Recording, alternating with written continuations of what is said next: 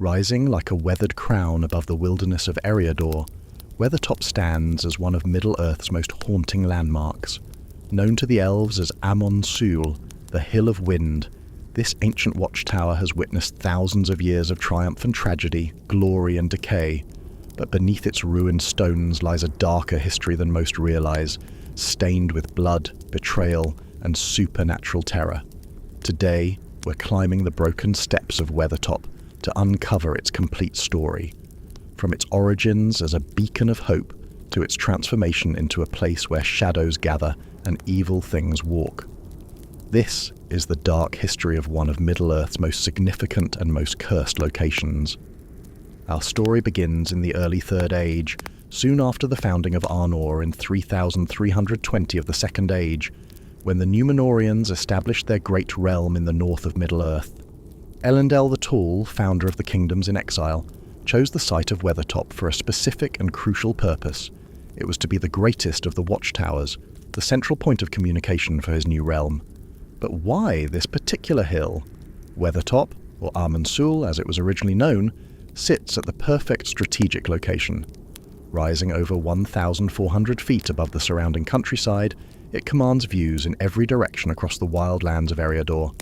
From its summit, one could see the misty mountains to the east, the Tower of Elostirion to the west, and the ancient elven realm of Rivendell far to the northeast. The tower that Elendil built here wasn't just impressive, it was revolutionary. This wasn't merely a watchtower in the traditional sense, but the center of an entire communication network. The structure rose high above the hill, its peak crowned with a chamber that housed one of the most precious artifacts in all of Middle-earth, the chief Palantir of the North. This seeing stone, the greatest of the 7 Palantiri brought from Númenor, could communicate directly with its counterparts in Annúminas, Fornost, and even across the sea to the Tower of Elostirion in the west. For centuries, Weathertop served as the nerve center of Arnor, its Palantir allowing for instant communication across vast distances, a magical internet centuries before such concepts existed in our world. The tower itself was a marvel of Númenórean engineering. Built from massive blocks of stone, it rose in elegant tiers toward the sky, its walls thick enough to withstand siege engines and its foundations deep enough to endure millennia. The structure was both beautiful and practical, serving as fortress, beacon, and communication hub, all in one. But even in those early optimistic days, there were shadows gathering around Weathertop that would eventually consume it.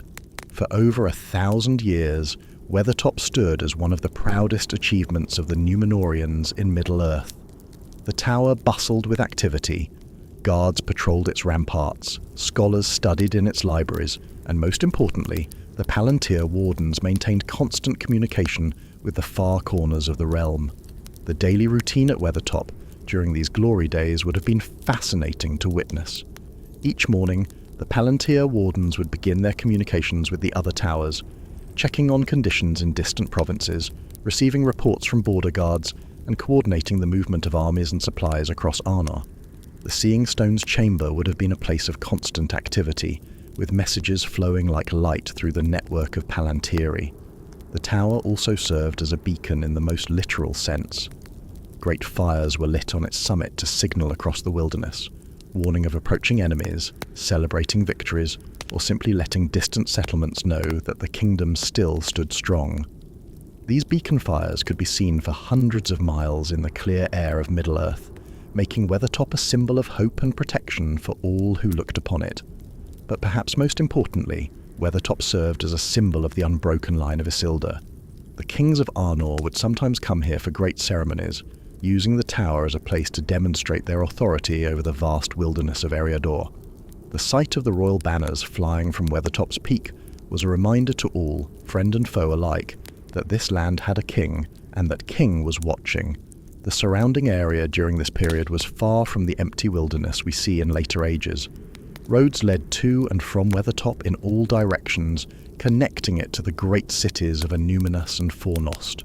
Settlements dotted the landscape, and the Great East Road, the main thoroughfare between the Grey Havens and the Misty Mountains, passed right by the hill's base. Travellers on this road would look up at Weathertop with respect and gratitude, knowing that its watchers were helping to keep the roads safe and the realm secure. Merchants, pilgrims and messengers would often stop at the tower to rest, trade news and seek guidance from its wardens. But kingdoms, like towers, can fall, and Weathertop's fall would be both spectacular and terrible. The first crack in Weathertop's foundation came not from external enemies, but from within the royal family itself. In the year 861 of the Third Age, King Erendur of Arna died, and his 3 sons could not agree on the succession. Rather than unite under a single crown, they chose to divide their father's kingdom into 3 parts. This division, creating the realms of Arthedain, Cardolan, and Rudor, would prove to be the beginning of the end for Weathertop's glory. The tower, which had once served as the unifying heart of a great kingdom, suddenly found itself at the centre of a 3-way territorial dispute. Each of the successor kingdoms claimed Weathertop as rightfully theirs, and for good reason.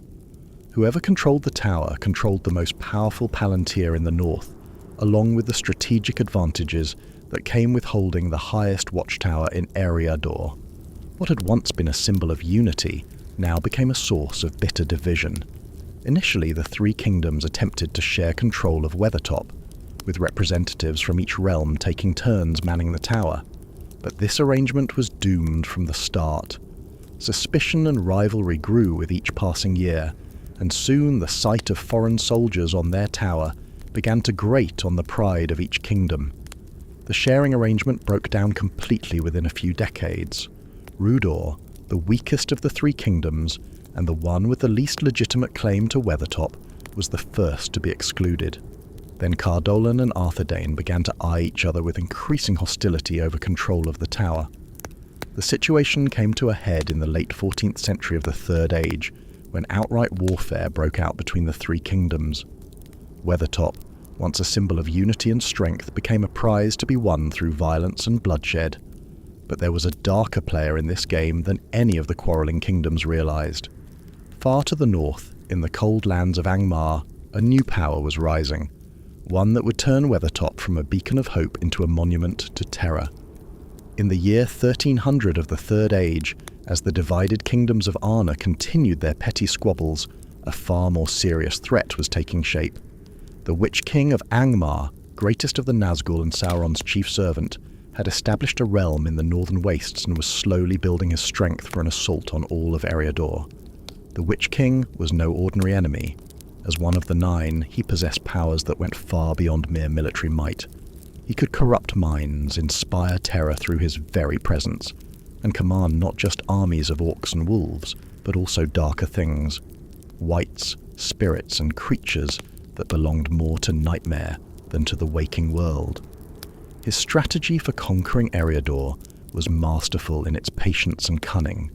Rather than launch a direct assault that might unite the divided kingdoms against him, he chose to work through corruption and manipulation. His agents spread throughout the 3 kingdoms, sowing discord, bribing officials, and gradually weakening the resolve of his enemies. Rudor proved to be the easiest target. Already the weakest of the 3 kingdoms and resentful of its exclusion from Weathertop, Rudor's leaders were susceptible to the Witch King's whispered promises of power and revenge. By 1356, the kingdom had fallen completely under Angmar's influence, becoming a vassal state in all but name. With Rudor as his foothold in the south, the Witch King could now move against Weathertop directly. The tower, still contested between Arthedain and Cardolan, was poorly defended and politically isolated. Neither kingdom wanted to commit too many troops to defending it, fearing that the other might take advantage of their weakness elsewhere. The assault on Weathertop came in 1409 of the Third Age, and it was unlike any siege the tower had ever withstood. The Witch King didn't just bring armies, he brought terror itself. His forces surrounded the hill in the dead of winter, and for weeks the defenders found themselves under attack, not just by orcs and wolves, but by creatures that seemed to step out of their worst nightmares. The Nazgul Lord himself led the final assault, and his very presence was enough to break the will of many defenders. Those who had fought bravely against mortal enemies found themselves paralyzed with supernatural fear when confronted by the King of the Dead. The Great Tower, which had stood for over 1,600 years, fell in a single night of horror, but the Witch King's victory was more than just military. When he breached the Palantir chamber at the tower's peak, he captured the chief Palantir of the North and carried it off to Angmar. This loss terrified the remaining Dunedain, for now their greatest enemy possessed the very seeing stone that had once coordinated the defense of their realm. Through it, the Witch King could spy on distant lands and coordinate his forces with unprecedented precision. The fall of Weathertop sent shockwaves throughout Eriador. The tower that had been the symbol of Númenórean strength and endurance was now crowned with the banners of Angmar. Its beacon fires, which had once signalled hope and protection, now served as a rallying point for orcs, wolves, and worse things. After its destruction in 1409, Weathertop stood as a broken ruin, its stones scattered and its glory ended. But the Witch King's victory there had such a profound impact on the people of Eriador that legends began to grow around the fallen tower, stories that would persist for centuries. Some later tales claimed that the Witch King's sorceries lingered in the stones themselves, making the ruins a place of dread and supernatural terror. Folk stories spoke of the tower's chambers being converted into places of dark ritual, and of the hill becoming a centre for the creation of wights and other undead servants. Whether these stories reflected historical truth or were simply the product of traumatized minds trying to make sense of their defeat, they had a powerful effect on how people viewed Weathertop. The corruption was said to have spread beyond the tower itself to infect the surrounding lands. The Barrow Downs, which lay to the south of Weathertop, became genuinely dangerous during this period, as the Witch King did indeed send wights there to inhabit the ancient burial mounds, turning what had once been a sacred resting place into a trap for the unwary. Even after the Witch King's defeat and the fall of Angmar in 1975, these legends ensured that Weathertop did not return to common use. The stories had grown so dark and the fear so deep that few dared approach the ruins. Whether the supernatural dangers were real or imagined mattered less than the fact that people believed in them completely. The broken stones that remained were far more infamous than dangerous, yet the legend of the Witch King's dark rituals had awakened fears that would not easily be banished. Travellers on the Great East Road learned to give the hill a wide berth, not because of any confirmed threat, but because the stories were so terrible that none wished to risk discovering their truth. With the fall of the North Kingdom and the scattering of the Dunedain, Weathertop entered a new phase of its dark history. No longer a centre of organised evil, it became something perhaps even more dangerous. A haunted ruin where malevolent spirits and dark creatures gathered like moths to a flame. The Rangers of the North, descendants of Arna's nobility, who now wandered the wilderness as guardians without a kingdom, knew Weathertop's history better than anyone. They understood that the hill remained a place of power, a nexus where the boundaries between worlds were thin. This made it both dangerous and strategically important. Dangerous because of what might emerge from it, important because it served as a landmark and occasionally as a refuge in the vast wilderness of Eriador. The Rangers developed a complex relationship with Weathertop over the centuries. They would use it when necessary. Its height still made it the best vantage point for watching the surrounding lands, but they approached it with caution, mindful of the dark legends that surrounded the ruins. The stories of lingering evil, whether true or not, had created an atmosphere of dread that even practical men found difficult to ignore. The Rangers noted the hill's effect on travellers and local populations. The folklore that had grown up around Weathertop was so pervasive and so detailed that it had become a kind of truth in its own right. Whether supernatural forces actually lingered among the ruins mattered less than the fact that everyone believed they did. Over the long centuries, tales accumulated around Weathertop like shadows gathering at dusk. Local populations, what few remained in the increasingly empty lands around the hill, spoke of strange lights, mysterious voices, and dark figures among the stones. Whether these stories reflected genuine encounters or were simply the product of fearful minds in a dangerous wilderness, they served to keep most people far away from the ruins. Perhaps most significantly, Weathertop began to attract the attention of servants of the enemy. When Sauron's power grew strong enough to send forth his servants, they were drawn to the hill like iron filings to a magnet. The residual corruption from the Witch King's occupation made it a natural gathering place for evil things, a staging area for dark purposes. As the Third Age drew toward its close and the War of the Ring approached, Weathertop's dark history came full circle. The Nazgul, led by the same Witch King who had corrupted the tower centuries before, returned to their old haunt with a terrible purpose: to reclaim the One Ring for their master. The irony was not lost on those who knew the hill's history. Weathertop, which had once been the communication centre of the greatest kingdom of men in Middle-earth, was now serving as a staging area for humanity's potential destruction. The wheel of history had come full circle, but on this turning, the stakes were higher than they had ever been. The Nazgul's return to Weathertop in October 3018 was not a coincidence. The Witch King knew the hill's properties better than anyone. He had spent 2 centuries there, after all, perfecting his understanding of how to use its residual power for dark purposes. The hill's corruption made it easier for the Nazgul to manifest their power, to reach across distances with their will, and to coordinate their hunt for the ring. But there was another, more personal reason for the Witch King's return.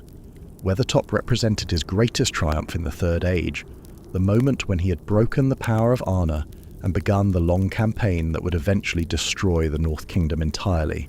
Coming back to the hill was both practically useful and symbolically satisfying, a return to the scene of his greatest victory. When Frodo Baggins made the fateful decision to put on the ring at Weathertop's summit on October 6, 3018, he was stepping into the climax of a story that had been building for over 1,600 years. The moment when he became visible to the Nazgul was the culmination of all the hill's dark history. Every act of corruption, every ritual of binding, every year of accumulated malevolence had led to this single, terrible instant. The attack that followed was particularly vicious because it took place on ground that the Witch King considered symbolically his own. This wasn't just an assault on a ring-bearer. It was a reclaiming of territory that the Nazgul Lord had conquered through blood centuries before. The sudden blaze of fire from Aragorn's torches broke the Nazgul's assault, and the intensity of the Witch King's fury, along with the lingering effects of the Morgul blade wound, reflected the deep significance this place held in the Dark Lord's war. Aragorn's defence of the hobbits takes on additional significance when viewed against this historical backdrop. The Ranger was not just fighting to protect his charges, he was battling the accumulated darkness of centuries, standing against the evil that had corrupted one of his people's greatest achievements. His success in driving off the Nazgul, even temporarily, was a small victory for the light against overwhelming darkness. Even after Sauron's defeat and the destruction of the Nazgul, Weathertop's story did not end. The hill had been a place of power for too long, had been the subject of too many dark legends, and carried too much historical weight to simply fade into obscurity with the changing of the age. The Fourth Age brought new hope to Middle-earth, but those who knew Weathertop's history understood that some memories run too deep to be easily forgotten. The Rangers who survived the War of the Ring continued to watch over the hill, not because it posed any active danger, but because the stories surrounding it remained so powerful and pervasive. Travellers in the Fourth Age reported that Weathertop remained an uncomfortable place to visit, though whether this was due to any lingering supernatural influence or simply the weight of its tragic history was impossible to determine.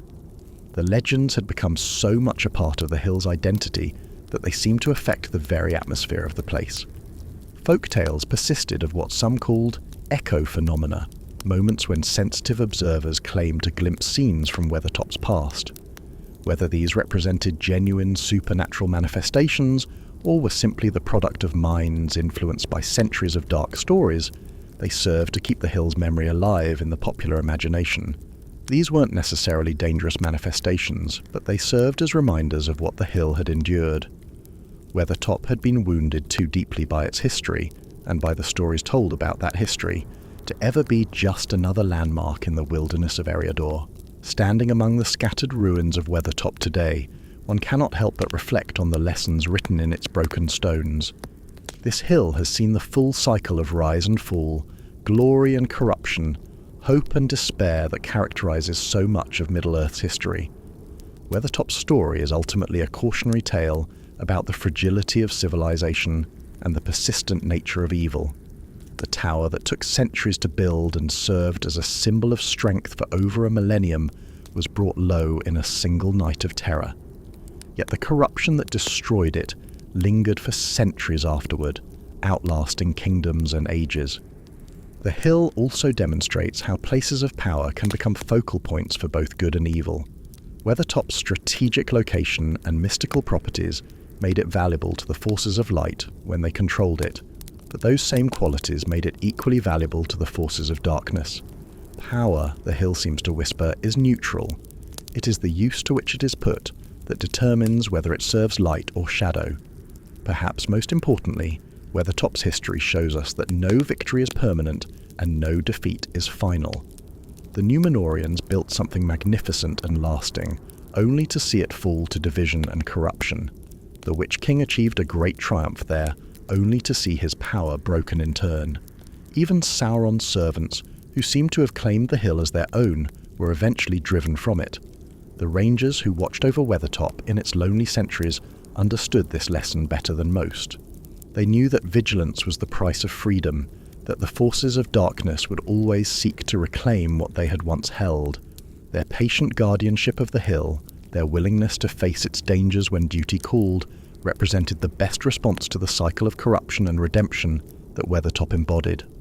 As we descend from Weathertop's windswept summit, leaving behind its scattered stones and lingering shadows, we carry with us the weight of its history. This hill has been many things over the millennia, a symbol of hope, a centre of power, a fortress of evil, and a haunted ruin. But through all its transformations, it has remained fundamentally what its elvish name proclaimed it to be: Amon, the Hill of Wind, a place where the forces of Middle-earth converge and clash. The dark history of Weathertop reminds us that in Tolkien's world, geography is never neutral. Places have memory, and some wounds cut too deep to heal completely. The hill stands as a monument, not just to the kingdoms that built upon it, but to all the forces that have struggled for control of Middle-earth throughout the ages. Yet there is hope even in Weathertop's darkness. The hill's corruption was never absolute. Light found ways to shine there even in the darkest hours. Aragorn's fire drove back the Nazgûl. The rangers maintained their watch despite the dangers, and ultimately, the hill played its part in the defeat of evil rather than its triumph. The winds that gave Weathertop its name still blow across its summit, carrying away the echoes of ancient battles and gradually, perhaps, beginning the slow work of healing that time itself can bring. The hill that has seen so much darkness may yet see the light again, though it will always remember what it has been. In the end, Weathertop stands as one of Middle-earth's most powerful reminders that history is not simply a record of events, but a living force that shapes the present and the future. The stones may be scattered and the tower fallen, but the Hill of Wind endures, patient and watchful, a sentinel over the wild lands that have seen the rise and fall of kingdoms, the triumph and defeat of both good and evil. Thanks for joining us in this deep dive tonight. Until next time, stay safe and stay by the fire.